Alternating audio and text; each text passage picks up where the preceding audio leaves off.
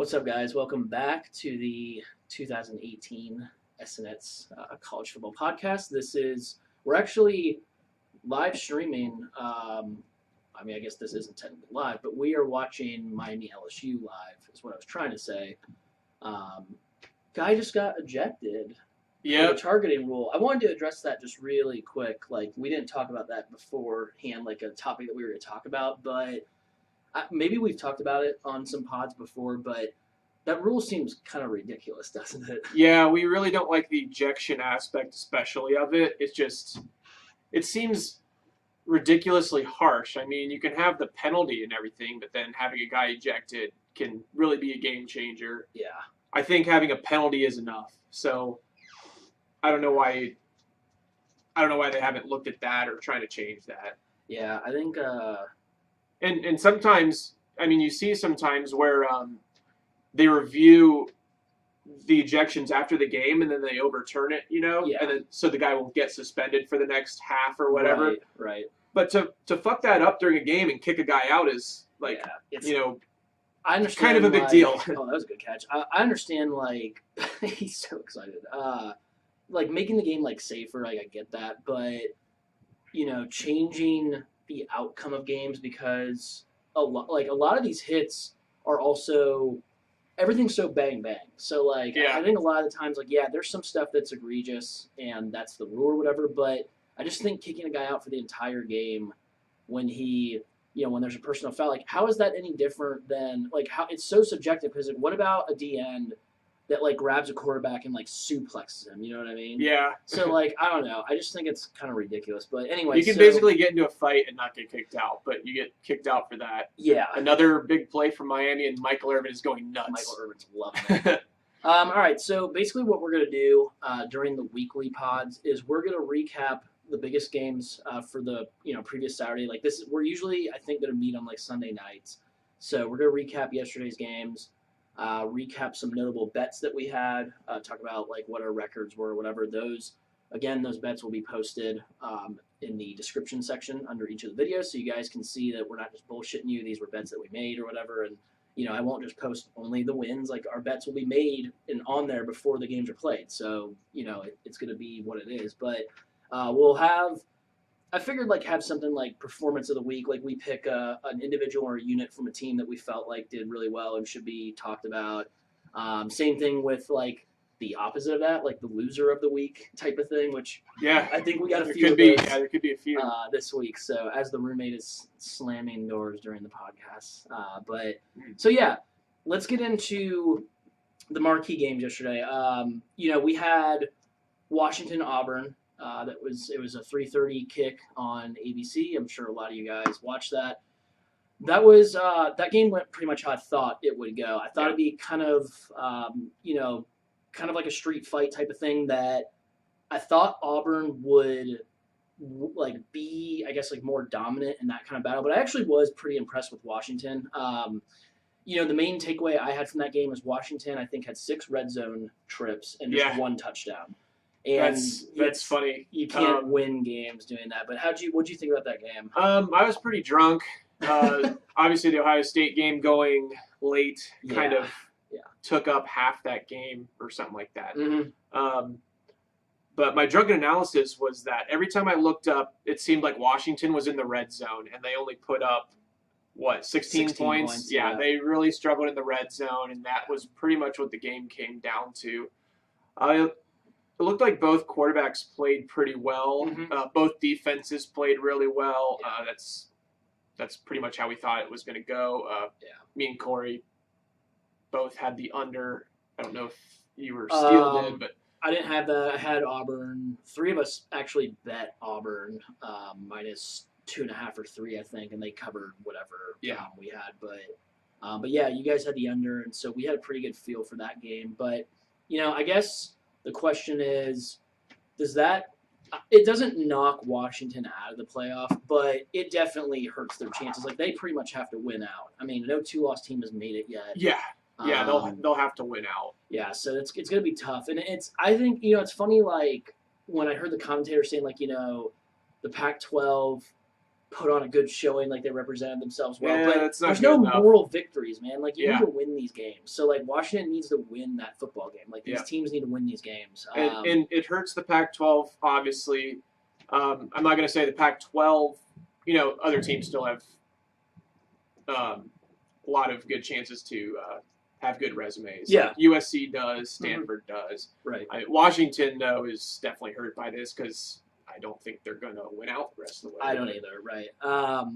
And speaking of moral victories, so earlier on Twitter today I saw that Michigan football put up a quote, and it said, like, something to the extent of, like, we gave it our best, or we, like, tried our hardest. Fought to the end or something. Yeah, like, I'm sitting there thinking, like, my whole life, especially in our childhood, was basically ruined by Michigan football. And I never thought I'd see the day that people in Ann Arbor are, like, accepting moral victories now.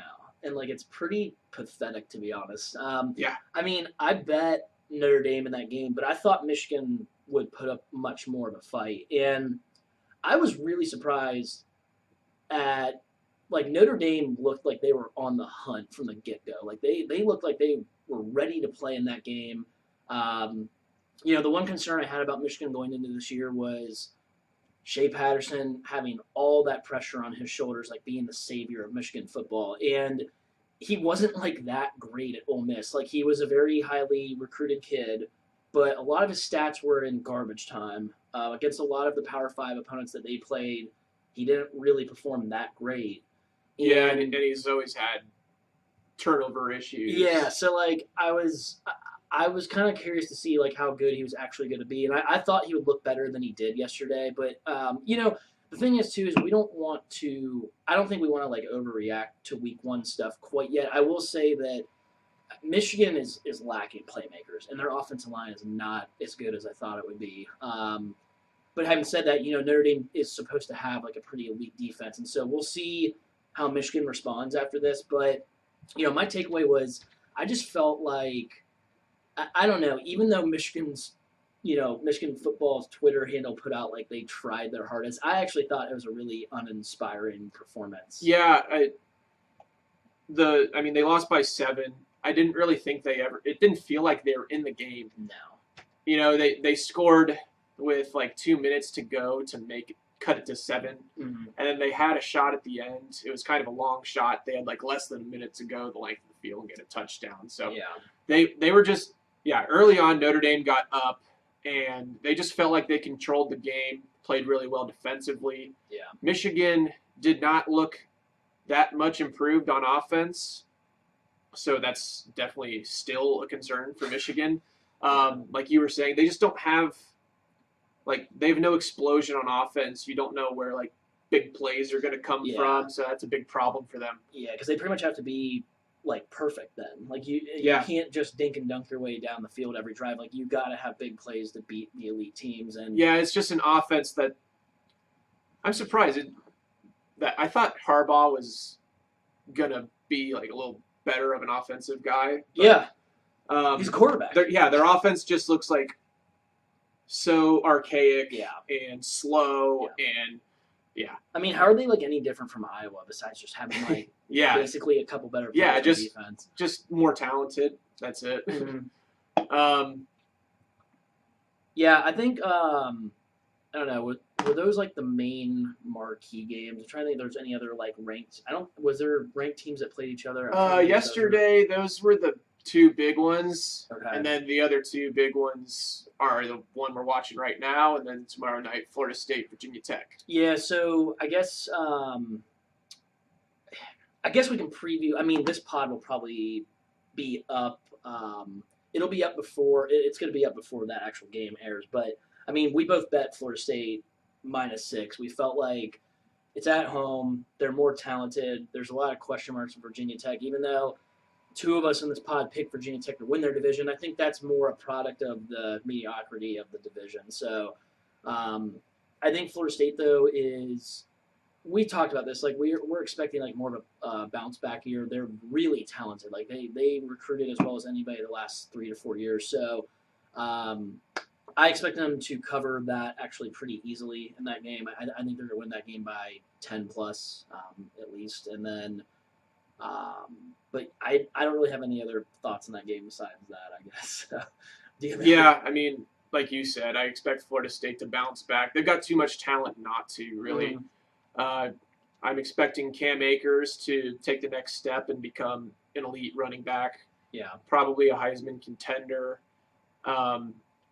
Francois was named the starter at quarterback. There was, I guess, some debate about who the guy was going to be, either him or Blackman. So he ended up winning it out, even though he I heard that last year he would be on the sidelines while he was hurt, retweeting people talking about how much better Florida State would be with him at quarterback. Yeah. So that's kind of weird. He had some kind of issues like that, not really being a leader of the team. Yeah. He may have gotten that kind of stuff cleared up because that's kind of kind of weird. Yeah, that's not good. Yeah. All right, so yeah, I mean, we think Florida State's going to win comfortably in that game, and obviously we recap these games. Notre Dame looked good. Auburn and Washington both looked pretty good, but Auburn, I think certainly that's a win that gives them a little bit of wiggle room later in the year. Like if they drop a game against Georgia or Bama. And they need it too. Last year we saw they almost made it with 2 losses. If they had won that last game, they would have been in. Yeah. And it was because of their big wins. They play at Georgia and at Alabama right at the end of the year. So I don't know. I assume 2 losses at least, in those games. As you see, they could always drop another one too. But if they can, pull an upset in one of those games again, then they've got a really good shot to get into the playoff. Yeah, and we said in the SEC, conference preview pod that we felt like they were a national title contender for sure, and they look that way. I think they'll improve, and they're definitely a team to be reckoned with. So let's get into the bets for this weekend that we had. I guess I'll go over a couple of mine first. I'm going to start. I basically what I'm going to do is give you like. Joe Burrow pick 6. No. Good. So that's not good for the under. Nope. But I'm going to give you guys like 1 or 2 of my better bets for the weekend. Then I'll give you like 2 of my worst ones. One of my better ones was Utah State plus 25.5 at Sparty. They almost won this game outright. I think Utah State was a very solid team. I felt it surprised me how soft Sparty was on defense in this first game. They seemed soft in coverage, kind of slower. Utah State gave them fits, but that was an easy cover. And then one of my other better ones, I would say, was which one did I want to go ahead and look at? OSU was my most confident one. Now, you guys that have watched this before know that us 2 in particular in the pod are... Well, that was a pass. That's going to come back. Yeah, that's good. We're Ohio State fans, and I usually don't bet OSU because I don't want to be thinking about the spread when I'm watching it, but I felt like Oregon State was that bad of a football team, and I knew we would be that good offensively. Yeah. The thing about that game was, I felt like the defense played pretty well, except that they gave up too many. There was 3 huge plays that they gave up. I mean, Oregon State scored 31 points. The defense, I think for the most part they played all right, but then the big plays, I mean, Ohio State's got to get that, fixed up. Well, I think the stats were it came down to, make tackles and just not be out of position. Yeah. Because defensively, they were good except for 3 plays. I think Oregon State had half their yards on 3 plays. Yeah, they had it was 38 yards on 37 carries besides the 3 80-yard runs. Now those count just as much, if not those are huge plays. And I'll be the first to say that we have a lot to fix as far as that goes. But the point is that was my most confident bet, and OSU's offense was what I thought it was going to be in that game. And I tell you what, if they keep improving and they're that explosive all year, that's a scary football team. If the defense kind of fixes those blown assignments, being out of position, that's a national title contender for sure. Yeah. So, it was definitely a good bet considering we gave up 31 points and still covered. Covered 35. They should have covered it. Yeah, we should have. We should have won something 77-10. Yeah. It wasn't. Yeah, if our defense had played better, 31 points is way too much to give up to Oregon State. Yeah. I had a lot of really bets that were just off this weekend. And I was kind of disappointed because I got a lot of really good lines. But Lane, the fighting Florida Atlantic Owls at Oklahoma, this is hard to talk about. They lost 63-14. I had Lane plus 21, so that was a horrific bet. Had Navy minus 10.5, and that got bet back up to like 13 or 14 before kick, I think. I felt like Navy would be a tough matchup for Hawaii, who's like much more of a passing team. I felt like Navy would keep the ball from them. I don't know. I thought it would work out. Hawaii beat the hell out of them. Hawaii, surprising team. They've won 2 games outright as like pretty big dogs. Yeah. They're going to start getting valued more accordingly, I think. The time to bet them is, I don't want to say it's over, but it's going to be harder to bet them now. Yeah. Also, UMass at BC. They got killed, so that's it. If you want to go over your bets or whatever. I had some bad ones. I mean, right now I'm at 5-4. I got the under in this game, and then I got Florida State tomorrow night. So basically comes down to those to see how my weekend ends up. Yeah. My bad ones, I had Louisville, Tennessee, and Wyoming all lost big. Yeah, I had Tennessee. So, Tennessee. I don't even know why I picked Tennessee to think about it, because we always rip on Tennessee, and I don't know why I put any faith in them. I guess my thinking was that they have better talent than West Virginia. I just thought, on paper, it's just about. I thought maybe if they have good coaching, then double-digit points is too much for them to be an underdog. And they lost 40-16, so that one was not close. Yeah. Will Greer tore them up, and then Louisville, that wasn't a game at all. And those 2 games actually, I believe the FPI thought that those were like 2 of the best bets to make of the whole weekend. So Tennessee, the FPI is kind of off. So fuck the FPI. Yeah. That's why I don't listen to the FPI, Corey. So. Done taking advice. Corey Denver likes the FBI. Done taking advice from the FPI. All right, so yeah, and then I had some good ones. The Ole Miss one, you didn't mention the Ole Miss over, right? Oh yeah, we both had that. Yeah, you you bet that one pretty early. Yeah. And then I saw that and I jumped on it too, because I was just thinking, people were talking about Texas Tech's D apparently being improved. Yeah. It was supposed to be their best D in a long time, and we were just like, they're still going to be terrible. Yeah, they got shredded. They don't try on defense. Yeah, and they got shredded.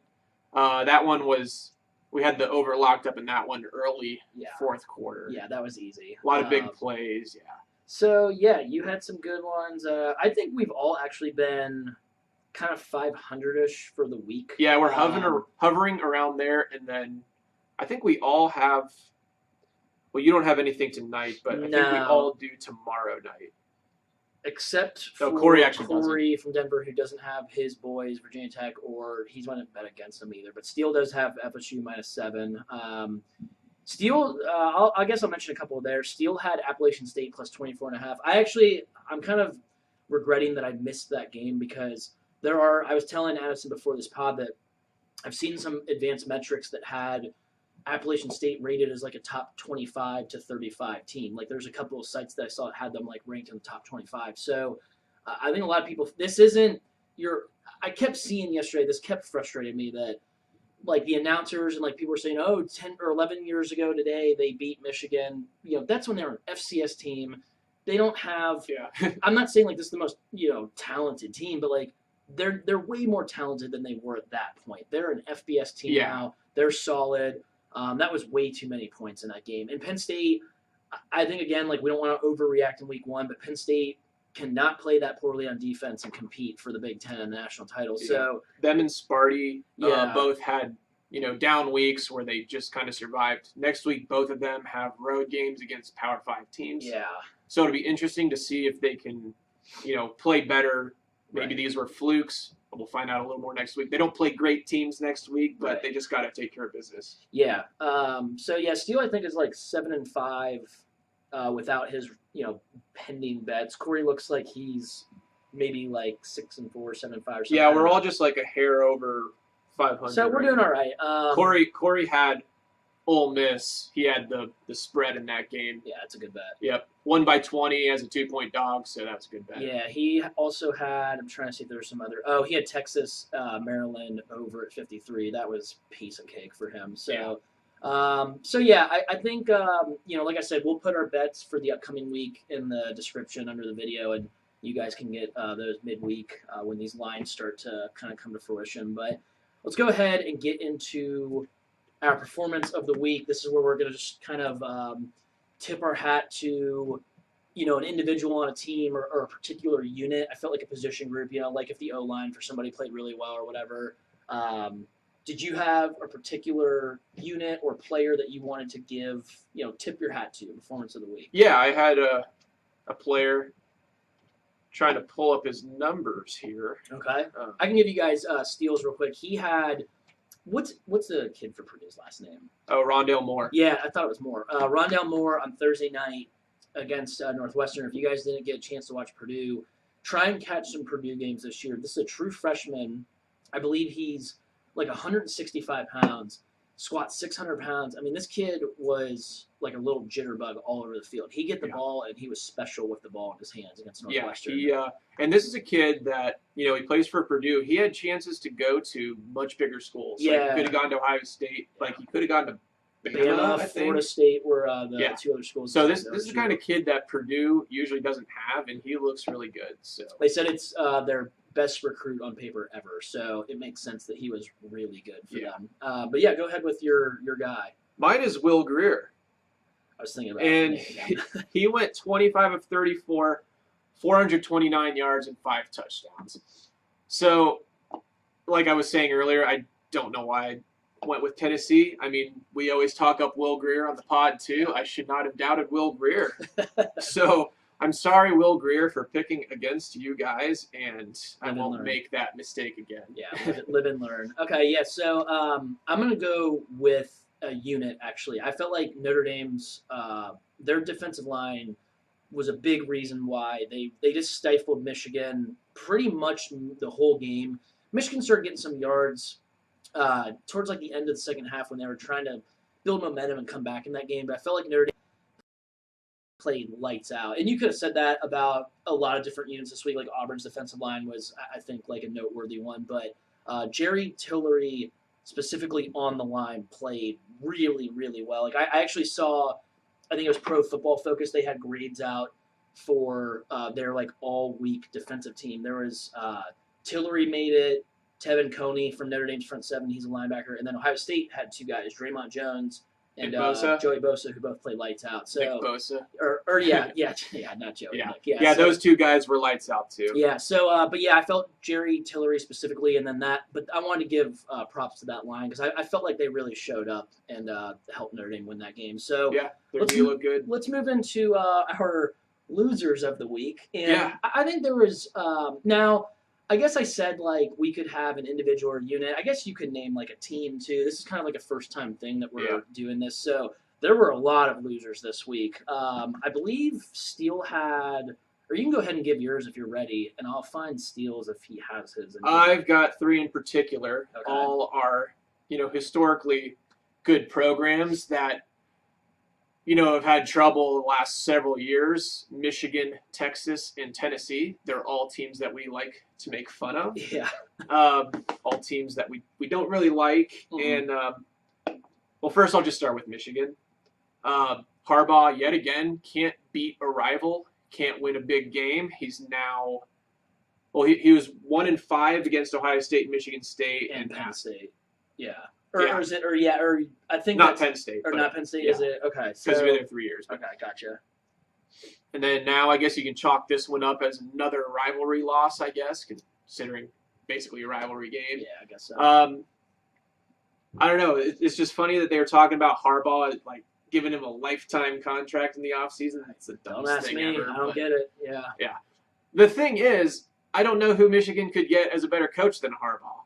But I don't know. They can't get over the hump. If I was a Michigan fan, I would be frustrated, but I'm not, and I hate them, so. I find it funny that I saw a stat that him and Brady Hoke have like the exact same record through 40 games. Yeah. Like it's like a game apart, and Hoke actually was better against the rivals. So I don't know. I don't think Harbaugh is a bad coach by any means. I mean, he proved like he was pretty good at Stanford. He was good with the San Francisco 49ers, but yeah, I don't really buy like him being like an overrated coach, which some people are saying. Right. I think he's a really good coach. But yeah, Michigan's just kind of stuck in this spot where they just can't get back to the elite level, and that's the thing with them, Texas and Tennessee. You know, Tennessee's just stuck as a shitty program. Yeah, right? I think Texas is kind of in the middle there. You know, they just got swept in a 2-game series by Maryland. That's not where Texas fans want to be. Not acceptable. And yeah, they're going to turn on Herman really quick if he has another, 7-6 season. You know, he's got to do something this year. I mean, there's a lot of people calling for them to go like 11-1, like win the Big 12, like be a surprise playoff contender. And after, like I said, I don't want to overreact to week 1, but if Texas looks anything like they did yesterday the rest of the year, they're going to have a hard time winning more than 8 games. And this is another team that offensively, they needed to improve, and like the quarterbacks in particular, Ellinger was playing yesterday. Yeah. I don't think he looked very good. So from what I saw, he looked quite mediocre. Yeah. They got some work to do. And defensively, that's kind of what they hung their hat on last year. They gave up 34 points to Maryland. They got torched by him last year too. It's just kind of shocking that they can't even beat Maryland in 2 tries. Yeah, so it's not acceptable. Yeah, Texas fans probably pissed about that.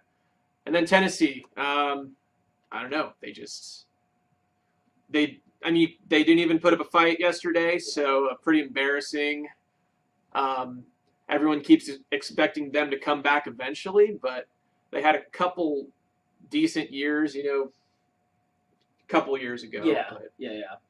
They haven't obviously been able to sustain that. They were pretty bad last year and not a good start so far this year. So Steele's loser of the week is also Tennessee. He had them as part of a $50 6-team parlay that would have won him $2,000.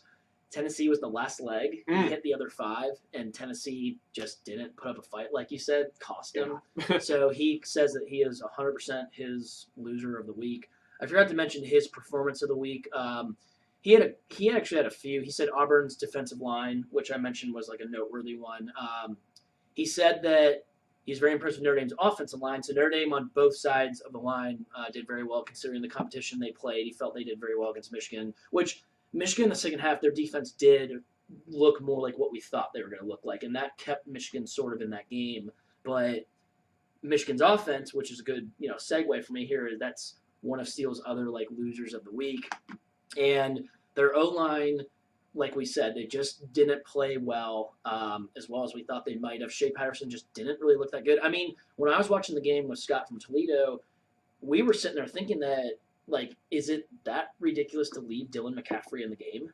I don't know. I mean, I didn't really see McCaffrey, much of a reason to really I think they had talked up McCaffrey a lot, too. He's a big-time recruit. He didn't look bad. He's Chris McCaffrey's brother. He's Ed McCaffrey's son. So, like, he's a big-time recruit. But, that's something, too, that when we talk about Michigan is that, like, when I mentioned Harbaugh doing really well at Stanford, he had Andrew Luck.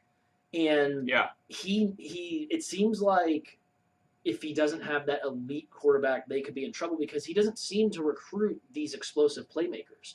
Like, Tariq Black and Donovan Peoples-Jones, like, they're supposed to be these explosive, like, really good playmakers, but if the O-line's not giving the quarterback enough time, if the quarterback's not quite good enough to get them the ball. And if Tariq Black is always hurt. Yeah, looks like LSU's about to LSU, but and then like if their O-line's not that good, I mean they're going to struggle if they can't generate offense. And in this day and age in college football, you got to be able to score some points against the good teams. So they're Michigan, Tennessee, Texas, all pretty much like our losers of the week. Yeah. But did you give one? Michigan's offense. Those Tennessee. I mean, whatever. Throw in one more. Pac-12 conference. They last year they were kind of a maligned conference. They didn't start off the year good because Washington lost. And then there were 2 games, UCLA and what was the other one? Yeah, UCLA lost to Arizona. 2 late-night games. Both of those teams were double-digit favorites. Both lost. Ken Sumlin. Yep. 2 new coaches in their debuts. Overrated. Arizona lost to BYU, who was abysmal last year. Yeah, not good. Pac-12. So, yeah, for a conference trying to turn their reputation back around, so they can get a playoff team in, not a great start. I mean, they'll have some opportunities still remaining. They're going to suck. Mostly against Notre Dame. They play Notre Dame. Yeah, they need to beat Notre Dame. It's good for them that Notre Dame beat Michigan. Yeah. They really needed Notre Dame to beat Michigan in that game. So and one of the other big Pac-12 out of conference games is Texas, who already lost too. Yeah. So it's not like they're going to get a big feather in their cap there if USC beats Texas. Right. So all right. So that's all for the last week, pretty much. Let's move into the last part of this pod this week, and that's going to be basically looking ahead to next week's action. How many marquee games do we actually have next week? I know that we have Clemson, Texas A&M, and we'll get into that. That's an interesting game. I think a game that possibly, the line opened at around 13.5, I think, in favor of Clemson. Obviously, they're at A&M. Jimbo Fisher is there, if you guys recall. And it's interesting because A&M does have a good amount of talent, and I think the question in that game is, how often is Clemson going to rotate their quarterbacks? Is Kelly Bryant going to be in there full time? Is Trevor Lawrence going to play in that game? He played against Furman, looked pretty good, but it's against Furman. Kelly Bryant looked pretty good, but it's against Furman. How do you feel about that game and that line overall being around? I think it's bet down to 11. Yeah, at 13.5, I definitely would have been considering A&M quite a bit. Yeah. We never like it when teams are considering doing 2 quarterback situations. No. Yeah, it just kind of throws the offense off. Not really an ideal situation. Yeah. And especially if they're playing Trevor Lawrence. I mean, everyone's talking this kid up a lot. He's getting pretty high Heisman odds. Yeah. Corey picked him to win the Heisman. I think at this point it's a little ridiculous to be talking about that, considering he hasn't even played. He's not the full-time starter. Yeah, well, he's not the full-time starter, and he's a true freshman. Yeah. And I think if they're relying on him going into a hostile environment against a good team, that's a bit of a concern. Yeah. Neither of these teams play Texas A&M played Northwestern State. Clemson played Furman, so right. We didn't really learn anything about these teams this weekend. Yeah. First real game for them next week.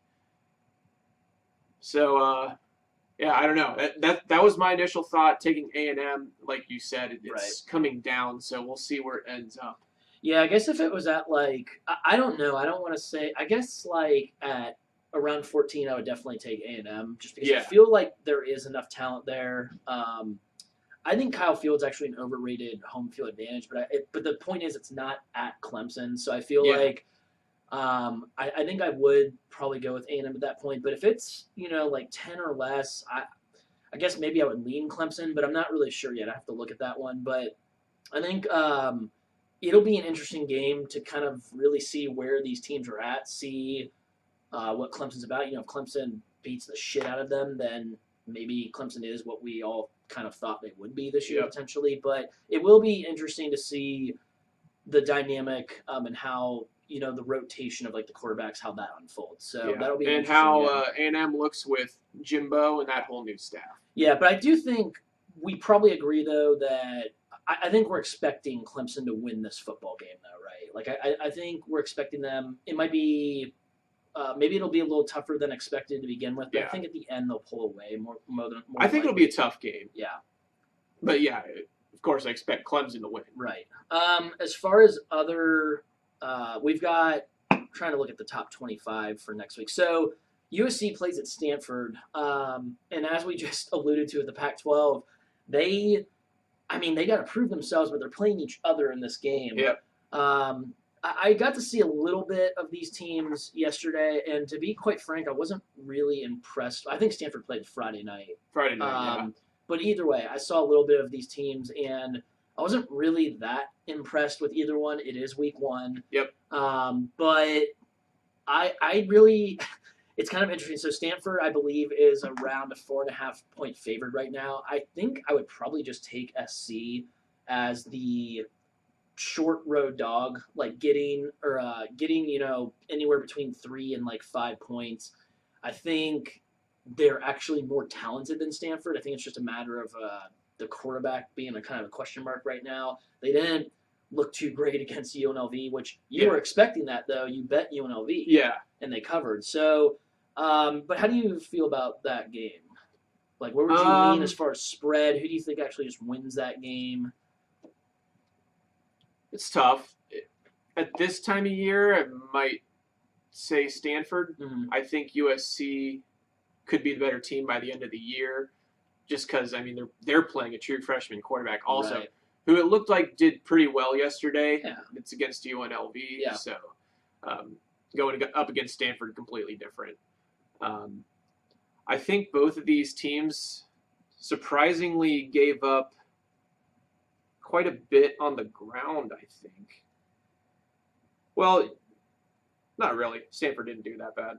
But they started off kind of slow Friday night, and then they pulled away at the end. Yeah, San Diego State was definitely in that game. And then Stanford, they have, I don't know the kid's name, but number 19 for Stanford, whoever the receiver is, he's a big dude that they were just throwing jump balls to. Arcega Whiteside. Yeah, so I don't know if they'll be able to do that against USC or not. I don't know a lot about USC secondary. The thing that was really surprising about Stanford is their inability to run the football. Yeah, and that's not good moving forward against the good teams. That's a very big concern. Yeah. USC gave up 308 rushing to UNLV. Yeah, so maybe Stanford gets back on track. Yeah, maybe they get back on track.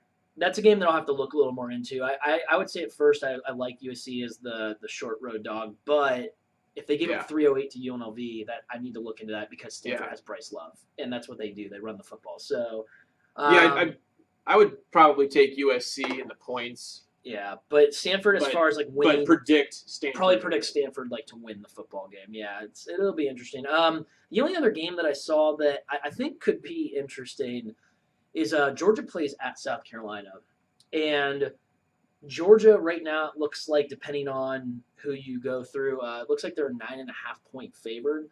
So South Carolina getting about 10 points at home, and this is a game that in the SEC pod I pointed out that this is going to be an interesting game. I think South Carolina is going to give Georgia all they can handle, and Georgia, they looked great against Austin Peay yesterday, but it's Austin Peay. Yeah.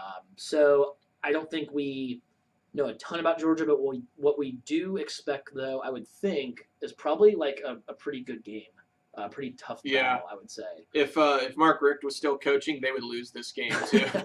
But he always seemed to lose to South Carolina. But it should be a pretty good game at South Carolina. Yeah, that's it. It seems like that's a tough place to play. I think that they do have a pretty good football team this year that I said on the pod I felt like could surprise and win that division. I expect Georgia to win this football game, but kind of early betting type of thing, I think I would lean South Carolina if I could get 10 points. Because I do feel like it's going to actually be within 7, but I expect Georgia in the end to come away with a tough win. Mm-hmm.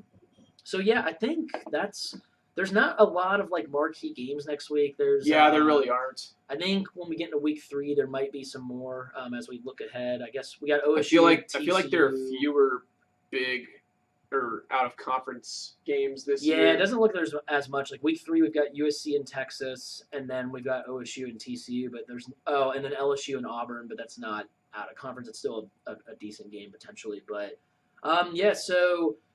Again, check the video description for the bets that should be up sometime midweek.